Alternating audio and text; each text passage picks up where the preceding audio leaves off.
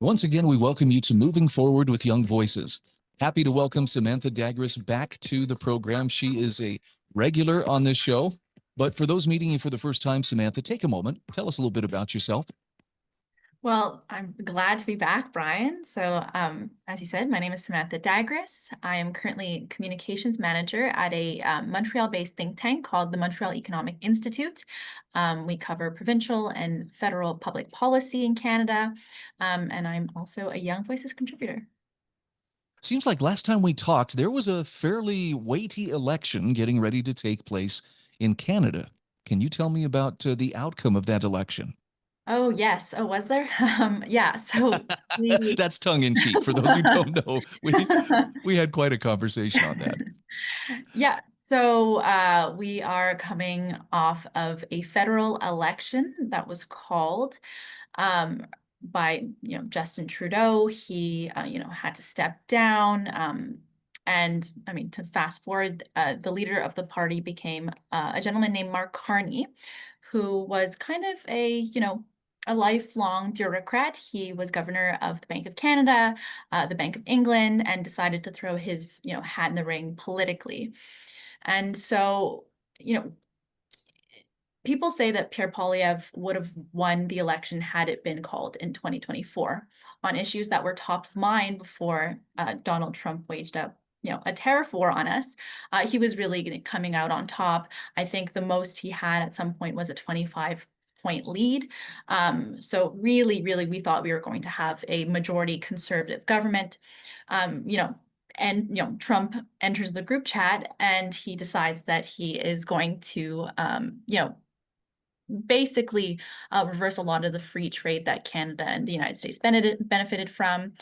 Canadians wanted a tough on Trump candidate, and they got one in Mark Carney. So I would say that's the TLDR of why we have another Liberal government in Ottawa. Okay. And I thought about you as I saw the results of the election being announced. I was like, wow, Mhm. this will be an interesting conversation. And here we are. But Yeah. today we're going to talk specifically about taxes and tax cuts. Um, Mhm. I think you and I have talked actually a couple of times about the plight of the taxpayer in Canada right now. You've communicated quite well that taxpayers are feeling stretched pretty thin. Yeah, as you said, I've kind of taken it on as my personal beat to talk about the tax burden in Canada. And basically, what I wanted to do just ahead of the election was kind of rework the spin that was adopted when it came to discussions on tax cuts. So all federal parties at the time proposed income tax relief for the middle class. The Liberals proposed a more modest income tax cut. So the lowest bracket would go down from 15 to 14. The Conservatives wanted to drop that down to 12.75. So there was consensus amongst the parties that the tax burden faced by Canadians was very, very heavy. But at the end of the day, it's still very modest. The Liberals calculated that this would basically come out to $400 per person a year, which is not nothing. But what I thought was interesting was that when discussing it, journalists and pundits would talk about the cost to government, the cost of tax cuts. And I wanted to really, push back on that because, you know, it's your money. The government doesn't have, first dibs. I mean, that's kind of how it feels now, but first dibs on your income, on your paychecks, right? So they're not losing revenue, rather they're taking less of what wasn't theirs to begin with. I appreciate that explanation. I say that as a taxpayer in Mhm. another country, and I appreciate you making that distinction because there's an entitlement mindset that many politicians hold, and so yeah, letting me keep more of my money in my pocket, that's going to cost somebody something. Well, no, it's my money in the first place. No, absolutely. And it was, I think because we've normalized, I mean, more so in Canada, but also in the United States, such high tax burdens that we see it as, the government is doing us a favor and letting us keep our hard-earned money, which is completely perverse. But, if the government wants to talk about costs, the real costs are poor policy that has made it so that we've had a on the economic front, basically a lost decade. That means well, I guess I'm a bit young, but someone who's been working for the last decade is just as rich as they were 10 years ago. Whereas in the United States, we see, I think the figure in the last decade, you could probably correct me if I'm wrong, is over 15% growth over the last decade, whereas we've stayed stagnant. So I'd love to discuss those costs if they're interested. No, I think you're providing some much needed perspective here, not only in cutting through some of the spin that Mhm. politicians put on things and how they use words to describe it as if, hey, we're doing you this huge favor, taking this money from you. Yeah. How many of them are actually serious though about reducing the tax burden faced by Canadian citizens? I mean, it's easy to make promises, but are any of them backing them up with some kind of action? Well, what the government won't take in income, the government will take somewhere else. So especially with, the Liberal government, they have announced, and it doesn't seem as though they'll back off on the very modest income tax bracket decrease. However, another issue that was kind of, you know, that took center stage before the Trump's trade war was a carbon tax. So the federal government has levied a carbon tax across the country for provinces that didn't already have their own form of carbon pricing. And obviously people were very unhappy with it. They saw it as a consumer, carbon tax. They were seeing it when they went to the pump. They saw it on their electricity bills. And so the Conservatives really came out on top because they really pushed, that they were going to axe the tax, as Pierre Poilievre would have said. When Carney became leader, he decided that, this is like woefully unpopular. So he rescinded the Liberal carbon tax, took credit for it, even though the Liberals put it in place to begin with. But then kind of announced that even though the consumer-based carbon tax would be removed, that he would institute a business one. And as we know, taxes are taxes are taxes. What will happen is consumers will end up paying for that at the end of the day. And of course, taxes are only one part of the equation. Let's talk a little bit about spending. Mm. Do Canadian politicians have the same lack of control as so many Oh. American politicians seem to have? Oh, do they? I know you guys are in the trenches when it comes to federal spending, but I mean, so are we. The government is running. The deficit last fiscal year was about $69 billion. To put it in American terms, just kind of add a zero, right? Since we're about 1/10 of the population of America. And the interesting thing too, is that Mark Carney is, he's promising to balance the operational budget of government. So now he's kind of doing this interesting thing. It's a political sleight of hand, and I hope that, no one pages, your government.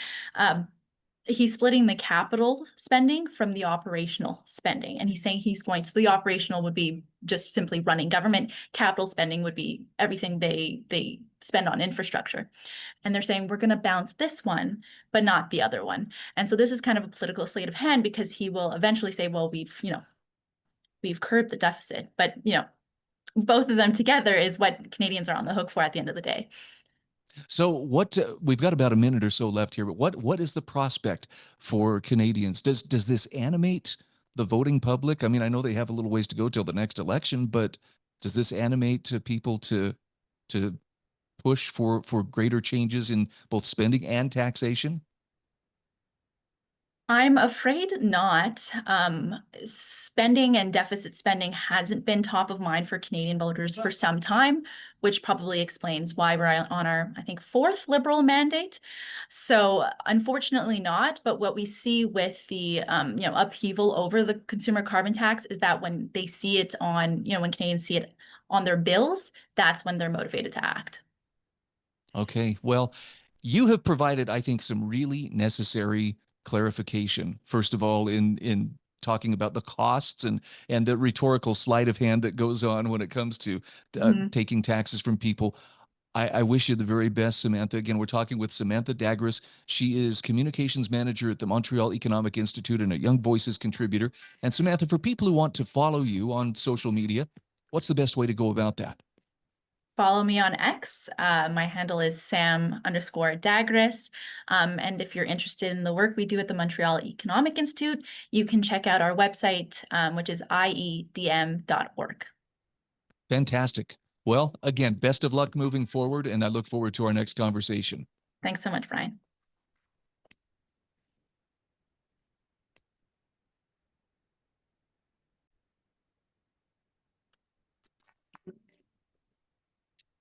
And we are back. This is Moving Forward with Young Voices.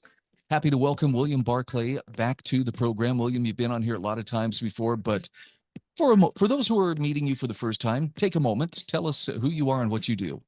Hey, Mr. Hyde, thank you so much for having me back with you today. It's always a pleasure. My name is William Barclay. I'm a political theorist and policy expert, as well as a recent graduate of the Young Voices Contributor Program. Well, and you've got a really timely topic here concerning France. And I'll admit, I've been paying attention to the news headlines the last few days and these no-go zones in France and just basically the streets of France in some of those cities, it's looking more and more like a battlefield. What exactly is taking place there? Well, I think that in France, what we've had is over the past decade, maybe even decade plus, we've had France adopt these hyper liberal migration policies that have very much allowed extremists and terrorists and illicit migrants very much from the Middle East and North Africa to flood into France and to very much destabilize the nation and to inject it with their own particular breed of anarchy and extremism. Wow. Okay, so but there's something to do with the way the officials in France have responded to this. I mean, I flew through France about 5 years ago, and granted, I was just kind of passing through, catching a connected flight, but it's such an amazing country. And Paris is such a beautiful city. It's hard to believe that this is the scene of so much unrest. Talk to me about migration and some of the decisions that have been made, maybe not just in France, but in a number of European countries. What is who's making these decisions, and why are they reaping what they're reaping right now? Well, I think there's been very much an effort to kind of endeavor towards pluralism, right? Which is very much a noble endeavor, right? The pluralistic ideal is very much one of the foundations of any liberal or democratic state. But kind of herein lies the problem where we're accepting people in these European states who have no desire at all to adhere to or endeavor towards this democratic or liberal ideal. They very much want to desire to reject it and to implode any liberal democratic state that they inhabit. I think that, like you yourself mentioned, it's not just France. In Germany, the UK, various European states. There's been very much an effort to rehome and rehouse anybody who manages to make their way across the border, regardless of their effect on society. And it simply destabilized the overwhelming majority of all European states throughout the modern era. I think in Paris, 77% of rapes are committed by migrants and criminals from the Middle East and North Africa. I think there's a specific nation, but it escapes me at the moment. And the unfortunate thing too is that children too suffered. Like they've been raped and subjected to all kinds of sex crime. I think 70% of all violent robberies in Paris and 75% of thefts have been attributed to migrants from the Middle East and North Africa, despite the fact that they only make up only 15 to 20% of the population. And so you've very much seen a rejection altogether of law and order in France and other European nations by these migrants who've been allowed to enter into the state without any real oversight. So when we mention no-go zones, um, what exactly does that phrase purport to describe? Well, so quite frankly, it's an area within France, within many French cities, where police and emergency services, the state itself, is simply unable to enter. Islamic organizations and terrorist organizations such as Al Qaeda and the Islamic State, ISIS, have successfully erected these enclaves within various French cities, where they simply deny entry to French police officers and emergency services. I think it's even France's General Directorate for Internal Security has acknowledged that over 150 districts are now in possession of the Islamists. And Alain Chouet, the former chief of France's security service, has warned that enclaves exist in 859 cities across France and are home to approximately 4 million people, which is roughly 6% of France's total population. And the unfortunate thing is, if you were to go and look up no-go zones right now, are no-go zones real? One of the first answers that would pop up on Google is no, they're not, right? And here you have members of the French police service, the head of various police unions saying, yes, they are real. And we're actually unable to access these areas of our cities. We've been driven out and we have a state of emergency that's going to boil over into outright anarchy if we're not offered any support. Well, and it's so interesting that you know, the for instance, Google would say, "Ah, forget about it. It's really not something that's going on." It's kind of reminiscent of, I think, in the UK right now, people who call attention to some of the problems that you have just described here, they're the ones in danger of going to prison for creating some kind of public offense, as opposed to pointing out, hey, what these gangs are doing, or that's a gang over there that's committing crime. That's the forbidden act, is to identify something that is not supposed to be identified. No, I agree with you 100%. I think almost you could say post 9/11, it's become almost verboten to criticize Islam in any way, shape, or form, or to say that there's something inherently wrong with Islamic extremism, even, or to kind of say that there's something, let's say, wrong with introducing extremism or terrorists into a democratic society, despite the fact that they endeavor very much to implode it. I think, like you're saying, the criticism of things that are let's say mainstream or democratic nowadays has become almost unforgivable, and we've been forced to almost adopt this romantic viewpoint that whoever has been labeled as oppressed is altogether and always right. So tell me this, the little enclaves, I understand it. Look, even in, for instance, small town America, you'll find neighborhoods that, for instance, if there were a bunch of Venezuelan immigrants who come to a particular neighborhood, they tend to like to be together. And it's not to the exclusion of everybody else, but, you know, we have Chinatown in San Francisco and New York and so forth. I'm just saying you can find that even at the micro level, you know, down to local little towns and cities. But what about political representation? These groups that set up these no-go zones or these enclaves where others are not allowed, um, they're obviously negating the power of the state there, but are they creating political power of their own, or basically their own system? Oh, for sure. I think that they've definitely, in many of these no-go zones, they've successfully established Sharia law, and the laws of the state are simply unable to access these enclaves.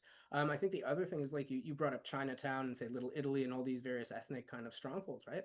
Despite the fact that they are themselves strongholds, like we're saying, of ethnicities and various races, these strongholds, the people have not at all rejected the foundational liberal democratic ideology that underlies and predicates any democratic state. Whereas within these Islamic enclaves, that's their explicit purpose, to reject and very much undermine, act as a bastion of attack against the liberal democratic state that surrounds them, those values and norms that they themselves have said are contradictory to their own Islamic ideology and need to be excised from any state that they inhabit.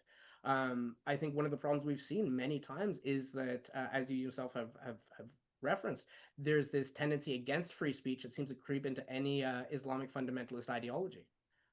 So what choices does that leave France? I mean, if you have a parallel society, I mean, on the one hand, some people say, well, maybe the two societies can coexist. It doesn't seem like that's very likely in this case.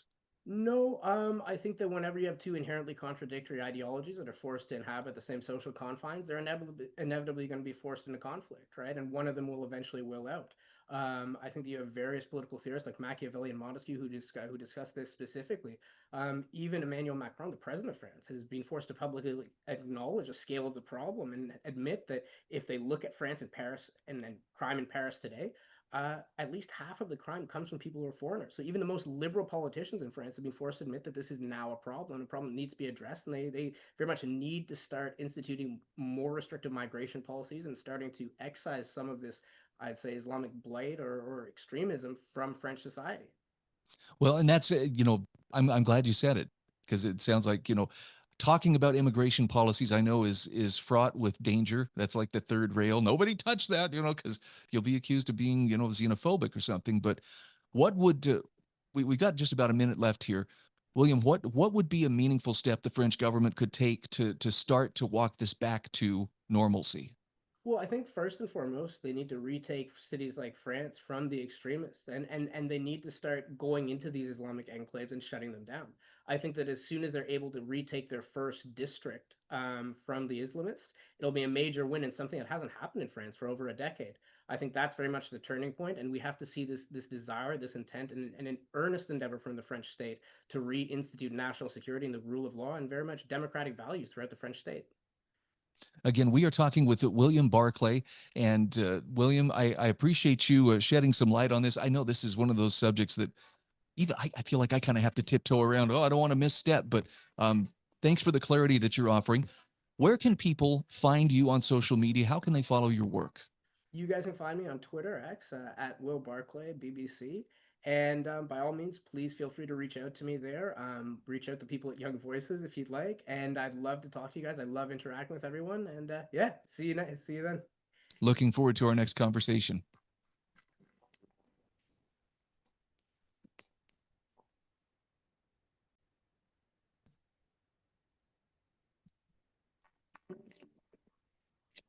Welcome back to Moving Forward with Young Voices.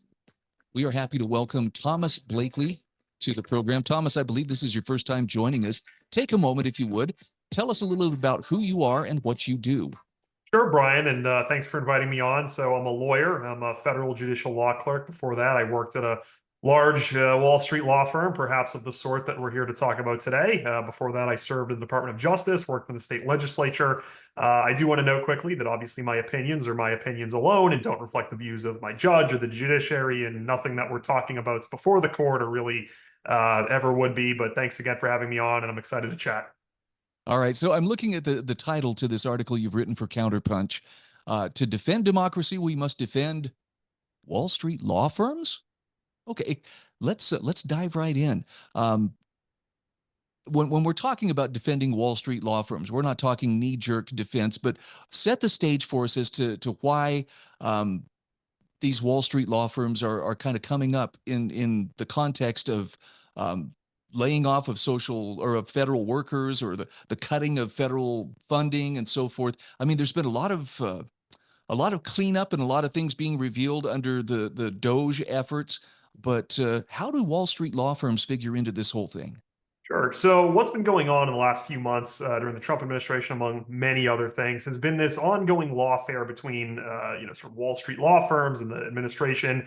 There have been executive orders that President Trump has signed that are taking swipes at these firms and sort of like lawfare organizations and names that are affiliated with these firms.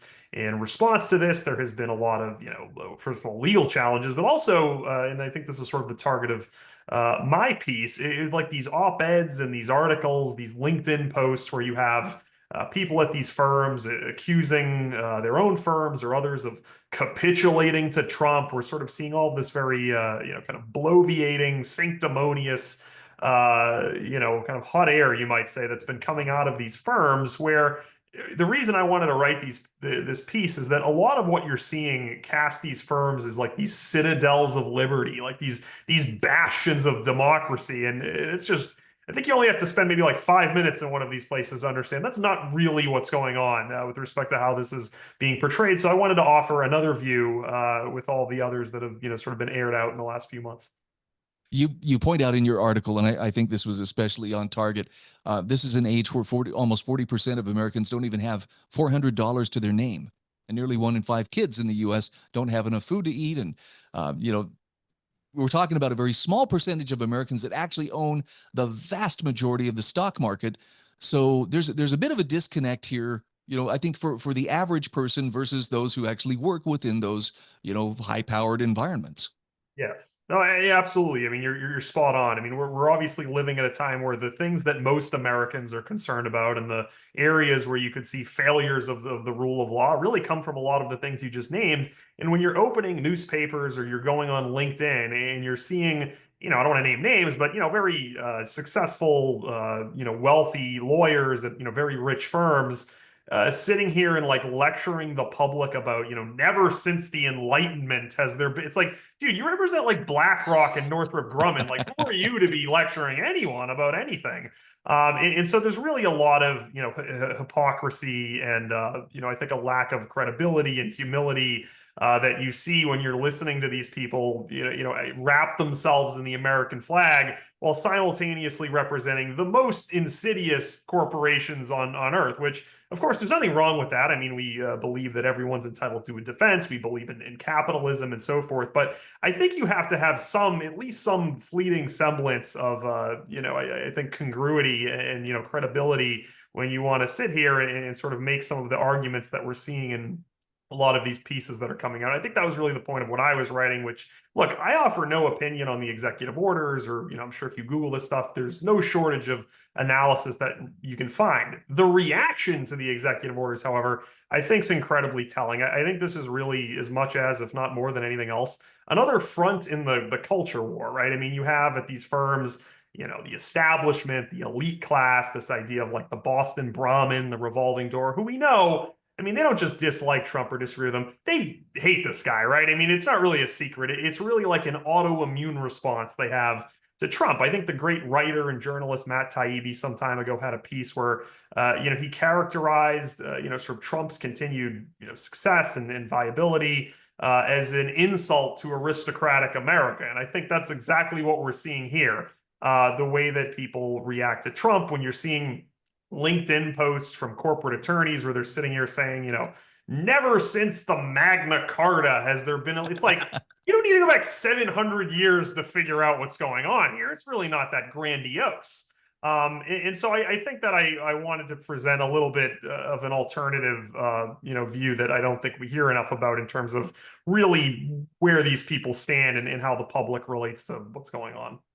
Something you bring up in your article too that I thought was really interesting, because I just wasn't aware of this, but I had no idea how big a role top security or top secret security clearances play in basically being your ability to participate in what's going on.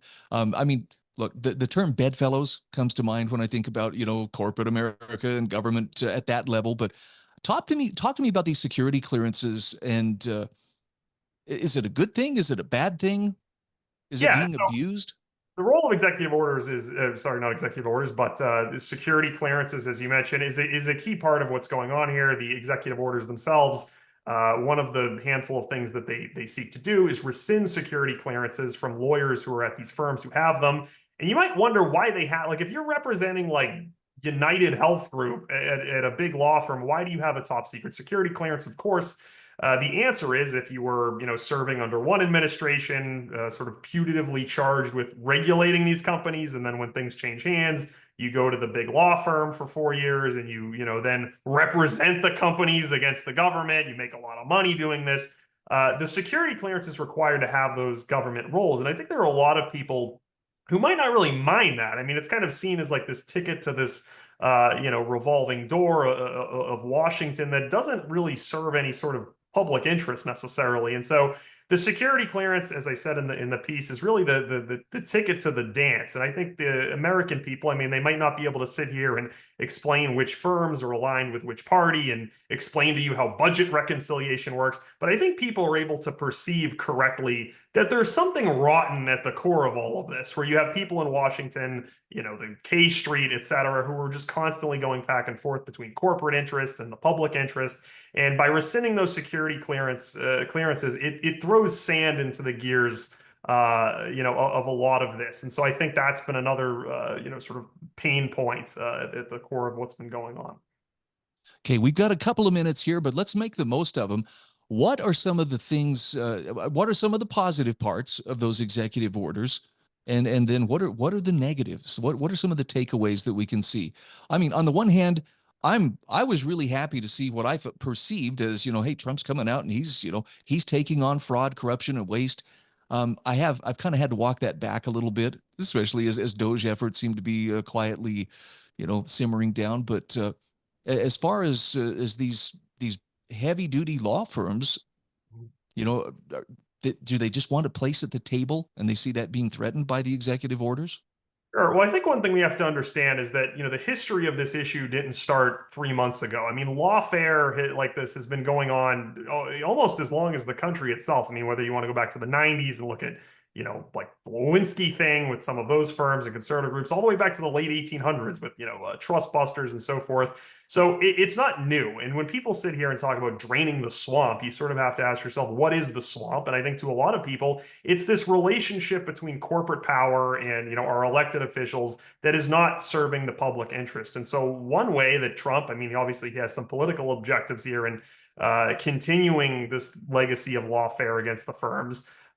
He's doing that, but at the same time, you could look at this as saying, wait a minute, why do these firms have so much power? Why is there this revolving door that is representing organized money more so than the will of the public? And so by knocking these firms down a few pegs, taking away security clearances, trying to back that up, I mean, you can see that as an effort to drain the swamp, at least as I would think a lot of Americans understand that term to be defined. The negatives, obviously, this is ugly. So, more lawfare, more litigation that goes on forever is distracting us in a way from things that could be very, important that we could also work on.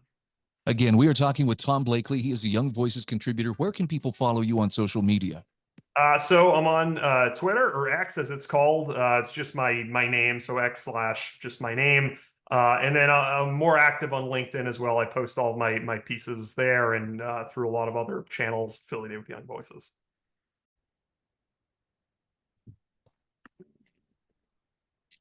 Welcome back to Moving Forward with Young Voices. This is our fourth and final segment today. Happy to welcome Oliver Dean back to the program. He's a political commentator with Young Voices UK. And you wear a couple of other hats as well, Oliver. Tell us a little bit about that. So I'm the president of the LSE Hayek Society, which aims to promote classical liberalism, free market economics on campus, and yeah, also a student at LSE studying history and politics. Well, we've got a great subject here today.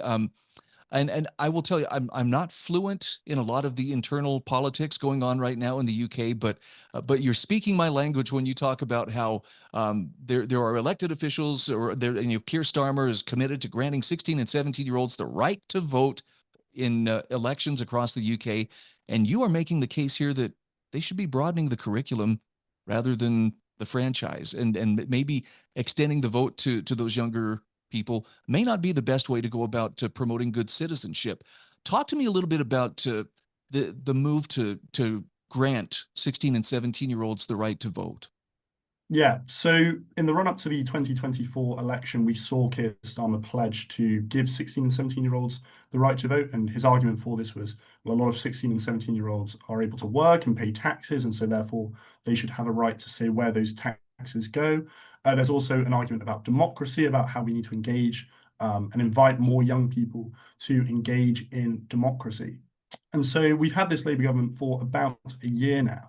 And it was only in the last few months where he recommitted at the annual liaison committee in Parliament to granting 16 and 17-year-olds the right to vote.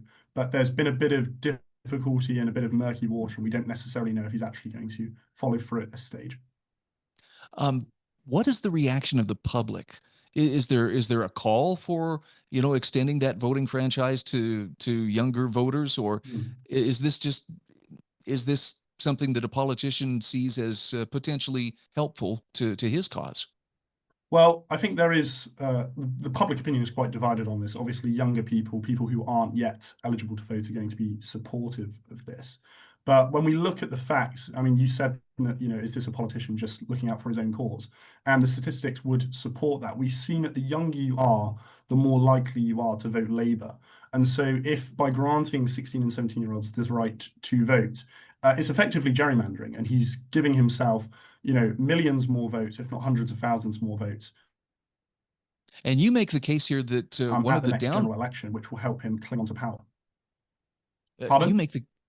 Sorry, we got a little bit of a lag here. I'll edit that out in the audio. You make the case here that one of the problems with these younger voters, or by extending that voting age to 16 and 17-year-olds, is they lack real world experience that they can draw upon. Let's talk a little bit about that. Absolutely. So when we think about, your average 16 or 17-year-old, they haven't had real life experiences. Their life has been defined by four walls in a classroom. And so they don't really have the experience that, 18, 19, 20, 21-year-olds have in terms of real world work, in terms of an understanding of real work. And there's actually a risk as well with having their opinions influenced by teachers. We know that teachers obviously lean more to the left and are more prone to voting Labour. And so there's obviously a massive risk when it comes to actually educating students, whether there's going to be biased teaching taking place, which is then going to lean into Labour's electoral strategy. Now, I say this as the father of a 16-year-old daughter. I tease her sometimes, and I've teased her siblings about, the beautiful thing about being that age is you still know it all. You still know everything. Our parents are pretty dumb at that. And we get a little bit wiser as we get older, as our parents seem to get a little wiser as we get older.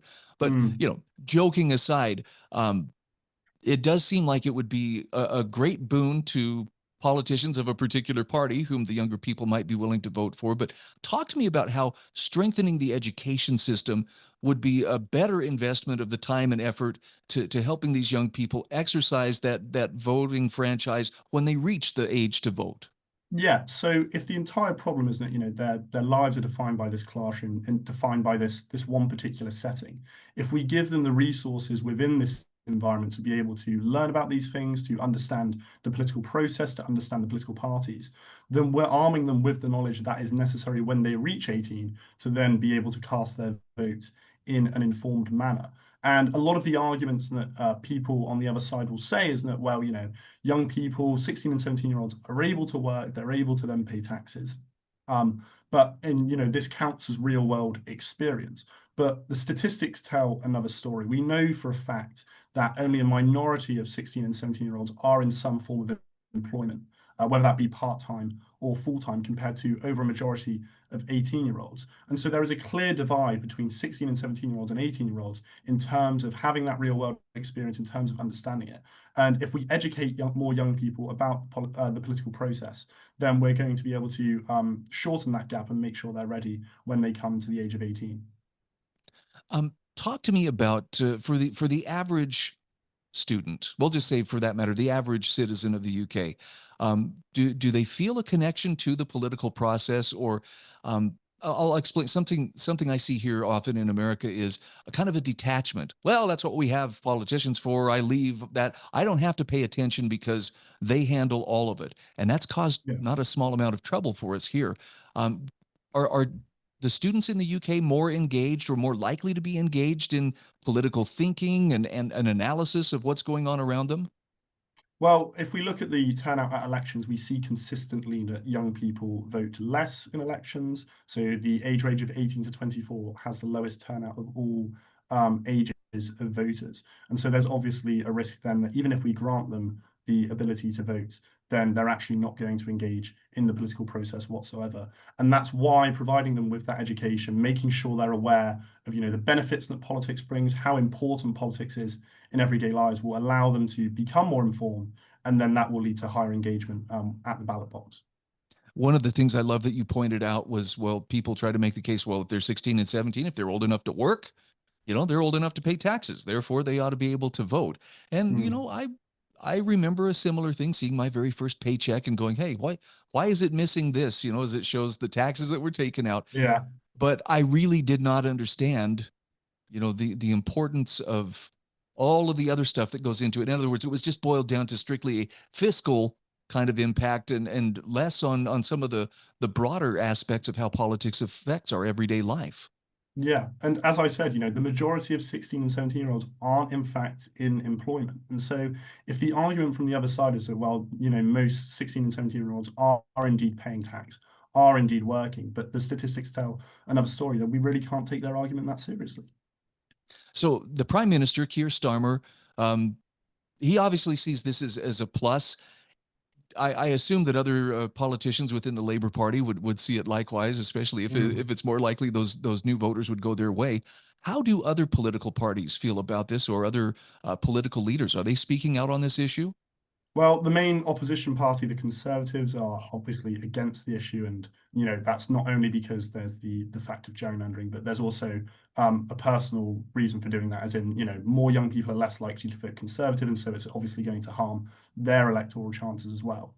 But also, rather interestingly, we've seen this challenger party in the United Kingdom, Reform UK, actually be somewhat in support of this, and we're seeing more and more young people actually expressing support for Reform UK.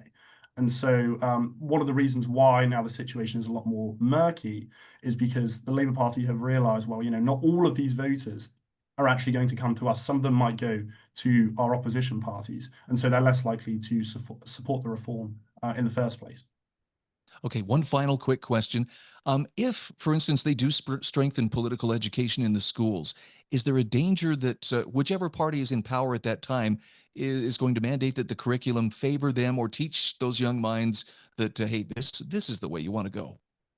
Yeah, and there's always going to be that problem. And I think, the parties can avoid that if they make sure that it's actually an independent, if there's independent audits and inquiries into actually establishing, what is going on in the classroom, how these lessons are being taught. And only then can we ensure that there's no bias in the teachings of political understanding in the UK. I appreciate you shining light on this for us today. Again, we are talking with Oliver Dean. He is a political commentator with Young Voices UK. And you mentioned you also study history and politics at the London School of Economics and Political Science, where you're president of the LSE Hayek Society. Where can people find you and follow you on social media? You can find me on LinkedIn, you can find me on Twitter, and obviously just on the Young Voices website. All right. Oliver, great to visit with you once again. Great to be with you, Brian. Thank you.